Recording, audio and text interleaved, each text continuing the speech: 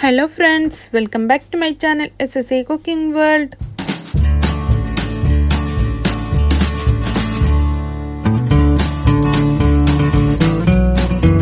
ഇന്ന് നിങ്ങളുടെ മുമ്പിൽ വന്നിട്ടുള്ളത് കാസർഗോഡൻ ഈദ് സ്പെഷ്യൽ ആയിട്ടുള്ള വലയപ്പത്തിൻ്റെ റെസിപ്പിയുമായിട്ടാണ്. അതിൻ്റെ കൂടെ അച്ചപ്പവും ഉണ്ട് കേട്ടോ. സെയിം ഒരേ മാവിൽ തന്നെയാണ് ഇത് ഉണ്ടാക്കിയെടുക്കുന്നുള്ളത്. ടേസ്റ്റ് ഉണ്ട്, ഒന്ന് കണ്ടു നോക്ക്. റെസിപ്പിയിലോട്ട് കിടക്കുന്നതിന് മുമ്പായി നമ്മളുടെ ഈ ചാനൽ ഇതുവരെ സബ്സ്ക്രൈബ് ചെയ്യാതെയാണ് ഏതെങ്കിലും കൂട്ടുകാർ എവിടെയെങ്കിലും കണ്ടുകൊണ്ടിരിക്കുന്നുണ്ടെങ്കിൽ ഒന്ന് പോയി സബ്സ്ക്രൈബ് ചെയ്യാനും കൂടെയുള്ള കുഞ്ഞു ബെൽ ബട്ടൺ ഒന്ന് പ്രസ് ചെയ്ത് സപ്പോർട്ട് ചെയ്യാൻ മറക്കല്ലേ.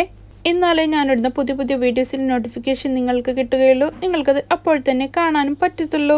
ഇതിന് വേണ്ടിയിട്ട് തേങ്ങയുടെ 1 പാൽ വേണം. അത് ഒരു 1/4 കപ്പ് വരെ വേണം കേട്ടോ. അതിന് വേണ്ടിയിട്ട് ഞാൻ ആദ്യം തേങ്ങ മിക്സിയുടെ ജാറിൽ ഇട്ട് കൊടുക്കുകയാണ്. അതിൻ്റെ 1 പാൽ പിഴിഞ്ഞെടുക്കാം. അതൊരു 1/4 കപ്പ് വരെ എനിക്ക് ഇവിടെ കിട്ടിയിട്ടുണ്ട്. ഇത് 2 കപ്പ് അരിയാണ് കേട്ടോ. 2 കപ്പ് അരിക്ക് 1/4 കപ്പ് തേങ്ങാപ്പാലും പിന്നെ അതുപോലെ തന്നെ 3 മുട്ടയും 1 കപ്പ് പഞ്ചസാരയാണ് ഞാനിവിടെ അടിച്ചിട്ടുള്ളത്. അത് ഒരേ ബാച്ചിൽ തന്നെ ഞാൻ അരച്ചെടുക്കുന്നുണ്ട്. നമ്മൾക്ക് വേണമെന്നുണ്ടെങ്കിൽ 2 ബാച്ചായിട്ട് അരച്ചെടുക്കാം. പക്ഷെ ഞാൻ ഇതിൽ തന്നെ കൊള്ളുന്നുണ്ട്. അത് ഒരേ ഇലായിട്ട് തന്നെ നല്ല മഷി പോലെയാക്കി അരച്ചെടുക്കുന്നുണ്ട് കേട്ടോ. ഇത് ഏലക്കപ്പൊടിയാണ് 1 ടീസ്പൂൺ ഇട്ടെടുത്തിട്ടുള്ളത്. ഏലക്ക മുഴുവനായിട്ടുണ്ടെങ്കിൽ അങ്ങനെ ഒരു 10 എണ്ണം മറ്റോ ഇട്ട് കൊടുത്താൽ മതി. എന്നിട്ട് നമ്മൾക്ക് ഇതിനെ ഈ മാവ് ഞാനൊരു വേറൊരു ബൗളിലേക്ക് മാറ്റി കൊടുക്കുന്നുണ്ട്. ഇതാണ് ഇതിൻ്റെ കൺസിസ്റ്റൻസി. നമ്മളുടെ 5 വിരലിലും ഇതുപോലെയായിട്ട് ഇങ്ങനെ വരണം. അപ്പോൾ അതിന് ഞാനൊരു ചീനച്ചട്ടിയാണ് അടുപ്പത്ത് വെച്ച് കൊടുത്തിട്ടുള്ളത്. അതിലേക്ക് സൺഫ്ലവർ ഓയിലാണ് കേട്ടോ ഒഴിച്ച് കൊടുത്തിട്ടുള്ളത്. അപ്പോൾ അത് നല്ലപോലെ ചൂടായി വന്നതിന് ശേഷം മീഡിയം ഫ്ലെയിമിൽ വെച്ചിട്ടാണ് ഇങ്ങനെ ചുറ്റിച്ചിട്ട് ഇത് ഫ്രൈ ചെയ്തിട്ട് എടുക്കുന്നുള്ളത്. അപ്പോൾ അത് നമുക്ക് പ്രയാസമാണെങ്കിൽ ഇതുപോലത്തെ ഒരു ബോട്ടിലുണ്ടെങ്കിൽ അതിലേക്ക് ഒഴിച്ചു കൊടുക്കാം. ഇല്ലെങ്കിൽ സാധാരണ നമ്മളുടെ മിനറൽ വാട്ടറിലില്ല നോർമൽ വെള്ളത്തിൻ്റെ കുപ്പിയൊക്കെ അതിലേക്ക് ഒഴിച്ചെടുത്തിട്ടും നമ്മൾക്ക് ഇതുപോലെ 4-5 ഹോൾസ് ഇട്ടെടുത്താൽ മതി. എന്നിട്ട് ഇതുപോലെ ചുറ്റിച്ചെടുക്കാവുന്നതേ ഉള്ളൂ. എന്നിട്ട് ഒരു സൈഡ് മൊരിഞ്ഞ് വരുമ്പോൾ മറ്റേ സൈഡ് തിരിച്ചിട്ട് കൊടുത്തിട്ട് നമ്മൾക്ക് ഇതിൽ നിന്ന് കോരി മാറ്റാം. ഈ വലയപ്പം കഴിക്കുമ്പോൾ നമ്മൾ പെരുന്നാളിൻ്റെ അപ്പങ്ങളൊക്കെ ഉണ്ടാക്കൂലേ, അതിൻ്റെ പൊടി ഉണ്ടാവില്ല അടിയിൽ. അപ്പോൾ അത് കഴിക്കുന്ന ഫീലാണ് കേട്ടോ ഉണ്ടാവുന്നുള്ളത്.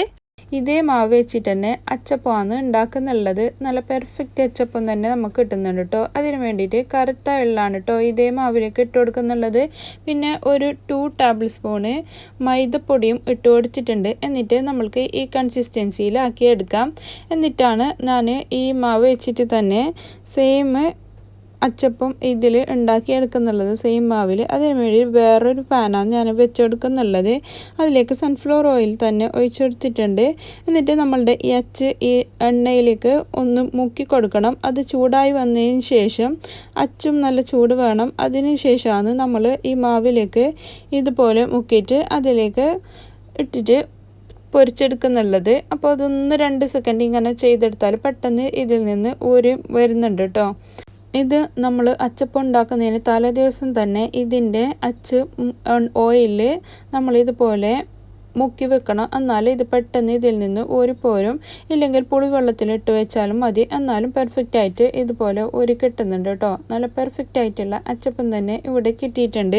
അപ്പോൾ നമ്മൾ വലയപ്പം ഉണ്ടാക്കിയിട്ട് അത് പെർഫെക്റ്റ് ആയില്ല എന്ന് വെച്ചിട്ട് ആരും വിഷമിക്കണമെന്നൊന്നും ആവശ്യമില്ല. നമ്മൾക്ക് ഇതുപോലെ അച്ചപ്പം ഉണ്ടാക്കി എടുക്കാം. സെയിം മാവിൽ തന്നെയാണ് നല്ല ക്രിസ്പി ആയിട്ട് കറുമുറായിട്ടുള്ള അച്ചപ്പമാണ് നമുക്ക് ഇവിടെ കിട്ടിയിട്ടുള്ളത്. വലയപ്പത്തിൻ്റെ മാവിൽ പകുതി മാത്രമാണ് ഞാൻ വലയപ്പം ഉണ്ടാക്കിയിട്ടുള്ളത്. ബാക്കി മുഴുവനും അച്ചപ്പം ഇതുപോലെ പെർഫെക്റ്റ് ആയിട്ട് ഉണ്ടാക്കിയെടുത്തിട്ടുണ്ട്. അപ്പോൾ ഇവിടെ മക്കൾക്ക് എല്ലാവർക്കും ഒത്തിരി ഇഷ്ടമാണ് അച്ചപ്പം. അപ്പോൾ എല്ലാവരും ഇഷ്ടത്തോടെ കഴിക്കുന്നുണ്ട്. എൻ്റെ ഈ റെസിപ്പി നിങ്ങൾക്ക് എല്ലാവർക്കും ഇഷ്ടപ്പെട്ടെന്ന് ഞാൻ വിചാരിക്കുന്നു. ഇഷ്ടപ്പെട്ടാൽ നിങ്ങളുടെ ഫ്രണ്ട്സ് ആൻഡ് ഫാമിലിക്ക് ഒന്ന് ഷെയർ ചെയ്ത് കൊടുക്കാനും ലൈക്ക് ചെയ്യാനും നിങ്ങളുടെ വിലയേറിയ അഭിപ്രായങ്ങൾ താഴെ കമൻറ്റ് ബോക്സിൽ കൊടുക്കാനും മറക്കല്ലേ. ഇനിയും ഒരുപാട് പുതിയ റെസിപ്പീസുമായും കിച്ചൺ ടിപ്സുമായും നിങ്ങളുടെ മുമ്പിൽ വരുന്നത് വരെ എല്ലാവർക്കും ബൈ. Thanks for watching.